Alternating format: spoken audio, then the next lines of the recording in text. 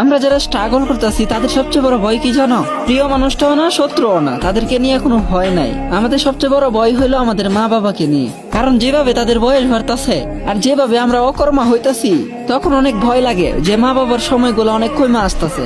কারণ হইলো যে তারা চলে যাওয়ার পরে যদি আমি সফল হই, তাহলে এরকম সফলতা দিয়ে আমি কি করবো? কারে দেখামু এই সফলতা? আমি এই দুনিয়ার মানুষগুলারে নাকি ওই আপন মানুষগুলারে যারা কিনা এই অপেক্ষায় বসে রয়েছে যেন আমি কখনো সফলই হইতে না পারি? আমার অনেক ভয় লাগে যে আমার মা বাবার হায়াত গুলো আস্তে আস্তে কমে আসতেছে। মা বাবা আমার জন্য অনেক বড় বড় কুরবানি দিছে। এখন তারা বাইচে থাকতে সফল হইয়া যদি আমি আমার সফলতার একটুখানি সুখ তাদেরকে দিতে না পারি, তাহলে ওইরকম সফলতা আমার উপর হারাম।